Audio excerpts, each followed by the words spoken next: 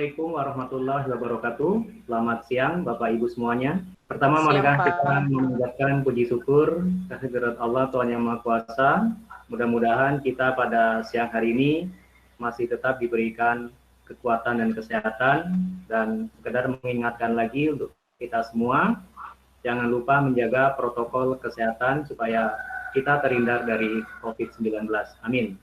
Bapak Ibu yang kami hormati, pada siang hari ini kita masuk pada sesi sinkronus praktek pelatihan in-house training yang akan difasilitasi pada siang hari ini ialah oleh Ibu Destriana. Adapun modul atau materi yang akan dibahas oleh Ibu Destriana pada sesi sinkronus siang hari ini ialah membahas tentang modul ajar. Baiklah Bapak Ibu yang kami hormati, untuk tidak memperpanjang kata, langsung saja waktu saya serahkan kepada Ibu Destriana.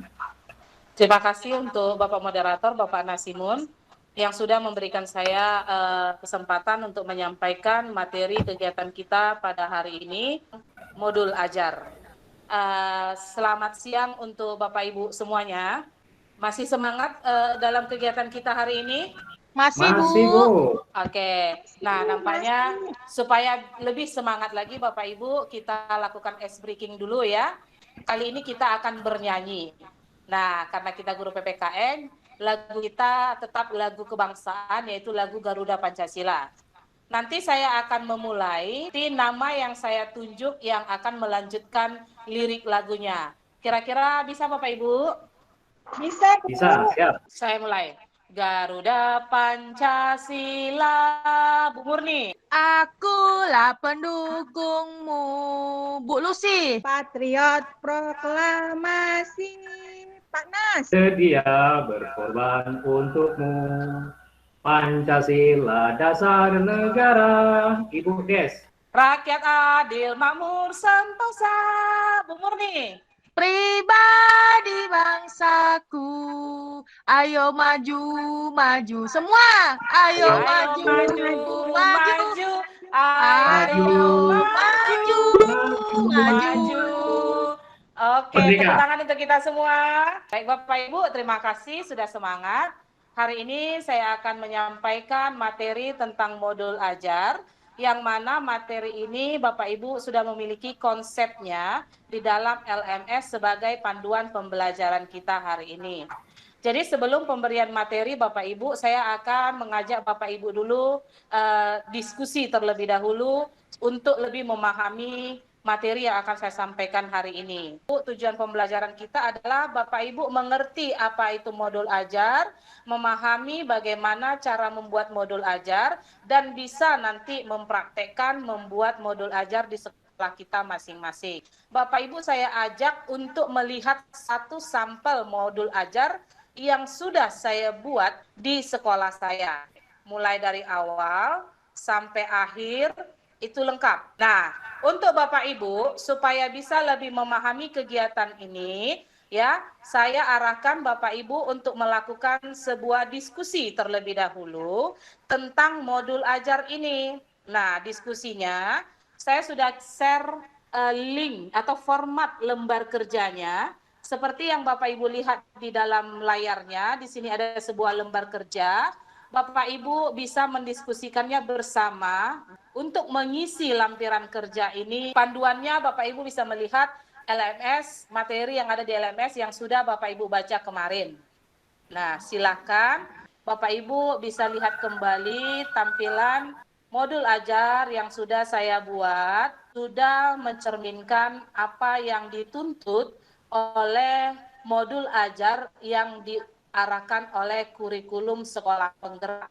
Silakan saya kembalikan kepada Bapak Moderator untuk mengarahkan diskusi. Ya, baik Bapak Ibu, guru hebat yang kami hormati, kita sudah diberikan lembar kerja ya tadi oleh Ibu Destriana yang sudah di-share di grup PA. Mari kita berdiskusi untuk menjawab lembaran kerja yang sudah dibagikan oleh Ibu Destriana. Oke, silakan Bapak Ibu boleh berdiskusi di sini. Ya Pak, sebentar ya Pak. Ya Bapak Ibu, nanti dari LK ini mudah-mudahan Bapak Ibu bisa nanti memahami bagaimana komponen penyusunan modul ajar yang dituntut di dalam kurikulum penggerak berdasarkan apa yang terlihat di layar Bapak Ibu saat ini. Oke, bagaimana kelompok diskusinya? Sudah bisa? Sudah Bu, sudah. Sudah Oke, Pak. sudah. Nah, silakan Bu Murni. Oke, silakan Ibu. Jadi Bapak Ibu, tadi kami diskusinya Bu melalui grup WA ya Bu ya. Jadi masing-masing mendapatkan bagian. Pak Nasimun tadi informasi umum dalam komponen modul ajar itu apa saja. Kemudian saya sendiri di kompetensi intinya dan Ibu Luisiana di lampirannya. Jadi saya akan membacakan kurikulum sekolah penggerak modul ajarnya. Komponennya pertama ada informasi umum. Di dalam informasi umum itu terdapat identitas modul seperti biasa yang sudah pernah kita buat di perangkat pembelajaran kita di RPP ya Bapak Ibu ya. Kemudian ada kompetensi awal, ada profil pelajar Pancasila, sarana dan prasarana, target peserta didik, dan model pembelajaran. Kemudian di komponen kompetensi intinya, tujuan pembelajaran, kemudian pemahaman bermakna, pertanyaan pemantik, kegiatan pembelajaran, asesmen, dan pengayaan serta remedial. Selanjutnya di komponen lampiran, itu ada lembar kerja peserta didik, bahan bacaan guru dan peserta didik, glosarium, dan daftar pustaka. Jadi yang kami buat tadi hanya itu Bu, jika memang ada kesalahan kami mohon maaf, dan saya kembalikan ke moderator. Baik, terima kasih Bu Murni. Ini bagaimana Bu Destiana, udah disampaikan, ini cukup panjang ya jawabannya.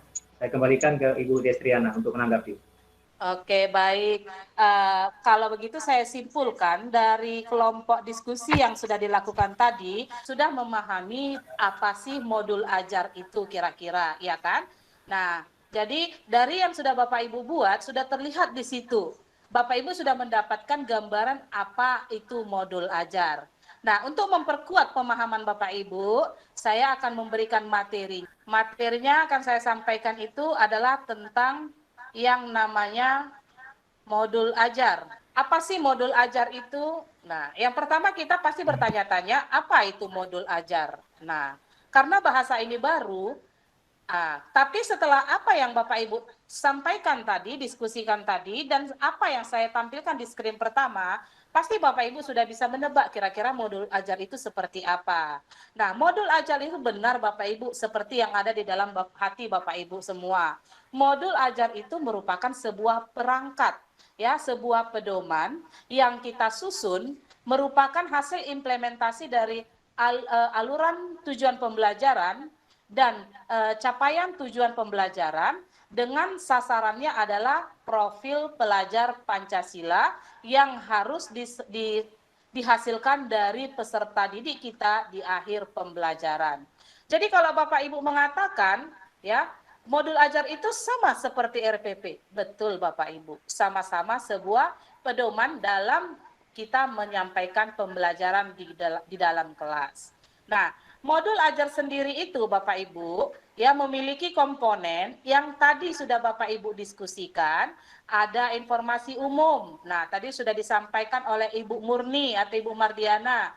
Di dalam komponen umum di dalam informasi umum itu ada identitas modul, ya identitas sekolah kita, kelas yang akan kita ajar, fasenya, alokasi waktunya, ada semua.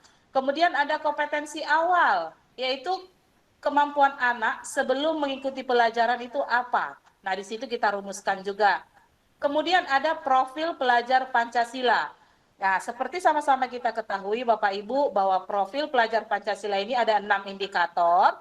Supaya efektif setidaknya paling banyak 3 profil yang bisa kita capai di setiap modul ajar dalam setiap pertemuan. Kemudian sarana dan prasarana, apa yang kita gunakan? Kalau misalnya dalam pembelajaran online sekarang ini, mungkin sarananya yang paling banyak kita gunakan adalah handphone, laptop, jaringan. Nah, itu dia. Setelah itu, target peserta didik. Modul ajar ini kita buat untuk mengajar peserta didik yang bagaimana? Apakah kelas reguler yang biasa, atau bisa juga digunakan untuk kelas yang anak-anaknya yang berkemampuan low, atau juga modul itu bisa kita gunakan untuk anak-anak yang berkemampuan high, yang di atas rata-rata. Setelah itu ada model pembelajarannya. Untuk model pembelajarannya Bapak Ibu, kalau sekarang ini ada model daring atau online, ada model luring atau tatap muka, ada kombinasi. Kombinasi ini misalnya kalau di daerah-daerah tertentu, atau misalnya ada anak-anak kita yang tidak bisa mengakses lewat internet, kita sediakan luring. Padahal secara umum ada daring, nah itu kombinasi. Kemudian komponen yang kedua itu Bapak Ibu adalah kompetensi inti. Ya, kompetensi inti, pengetahuan inti.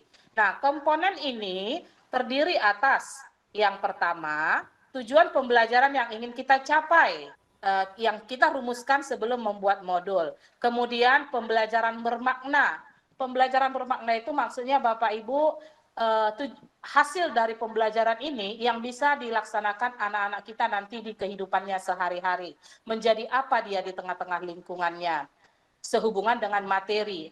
Pertanyaan pemantik itu adalah pertanyaan untuk menggali rasa ingin tahu, memancing rasa ingin tahu peserta didik kita terhadap materi yang akan kita ajarkan.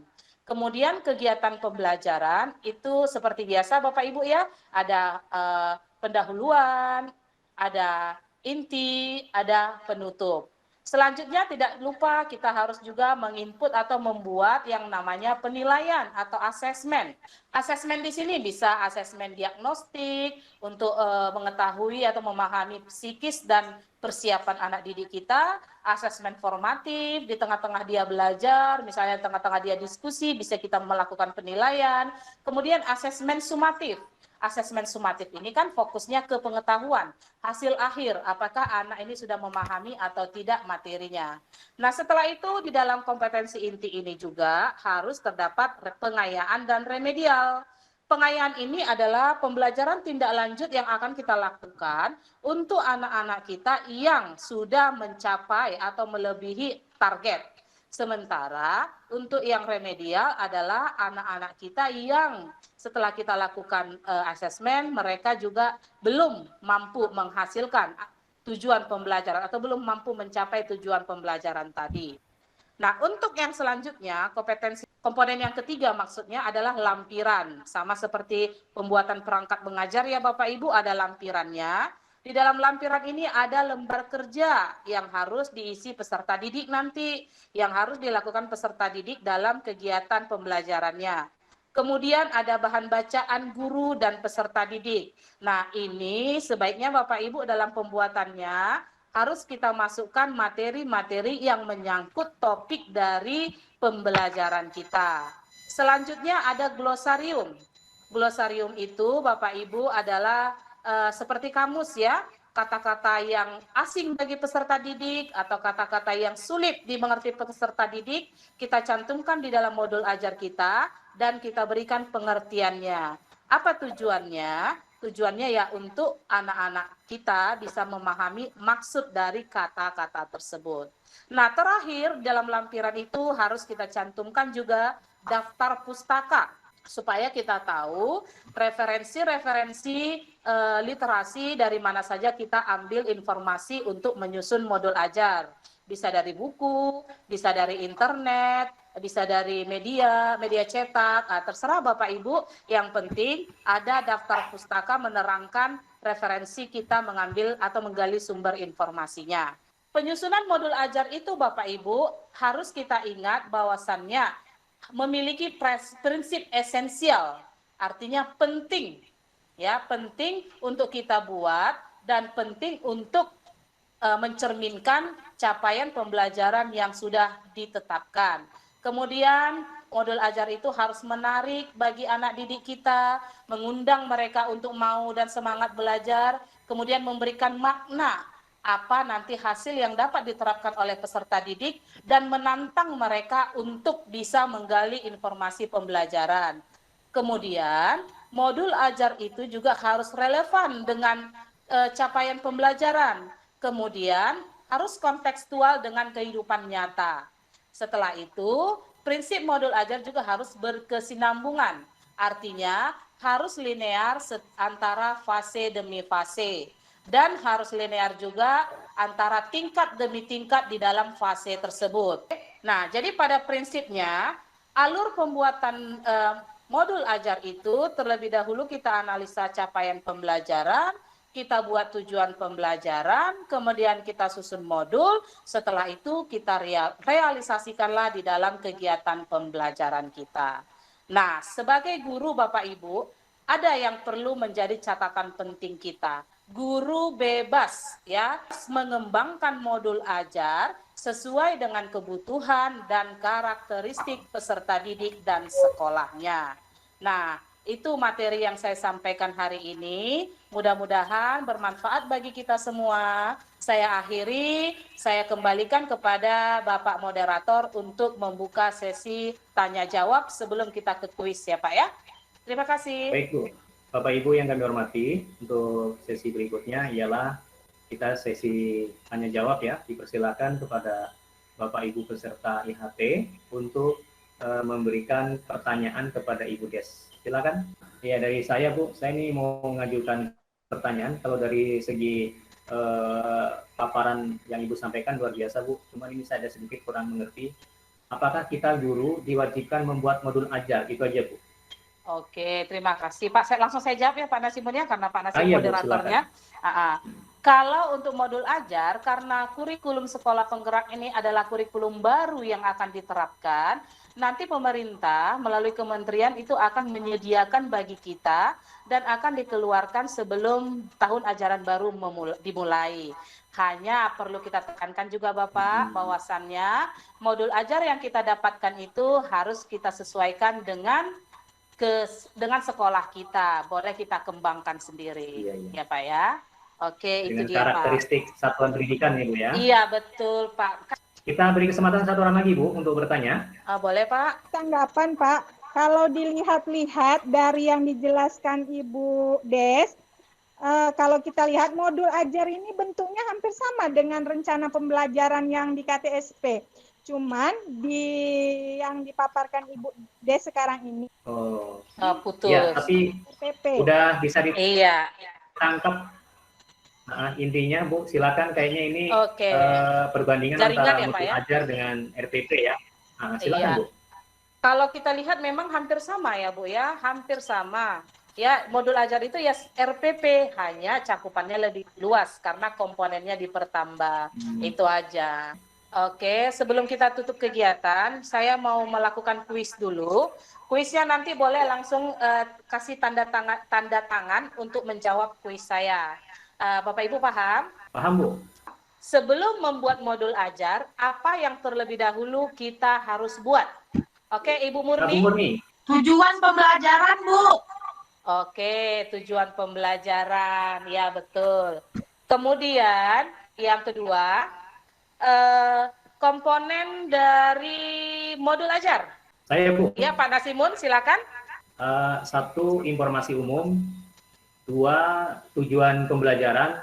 3, lampiran. Oke, informasi umum, kompetensi inti ya Pak ya, kompetensi itu di dalamnya tujuan pembelajaran, dan yang terakhir lampiran. Kuis yang terakhir, apa maksud modul ajar itu sifatnya fleksibel? Iya, boleh Ibu Mardiana, silahkan. Agar kita sebagai guru nantinya bisa mengembangkan modul ajar itu sesuai dengan kebutuhan dan karakteristik peserta didik kita, Bu. Oke, iya betul ya. Terima kasih buat Bapak Ibu semuanya. Tepuk tangan dulu untuk kita. Iya. Terima kasih buat Bapak Ibu. Saya lihat Bapak Ibu sudah memahami materi yang sudah saya sampaikan. Akhir kata, saya mohon maaf apabila ada kata-kata yang salah. Saya akhiri. Selamat siang untuk kita semuanya. Saya kembalikan kepada Bapak Moderator. Bapak Ibu yang kami hormati, sesi terakhir tadi adalah sesi penutupan pada sesi sinkronus kali ini dengan fasilitator Ibu Destiana. Mudah-mudahan apa yang disampaikan oleh Ibu Destiana menambah wawasan, pengetahuan, dan keterampilan kita tentunya di dalam menyusun modul ajar. Baik, saya akhiri karena waktunya juga sudah habis. Saya akhiri Selamat siang dan Assalamualaikum warahmatullahi wabarakatuh.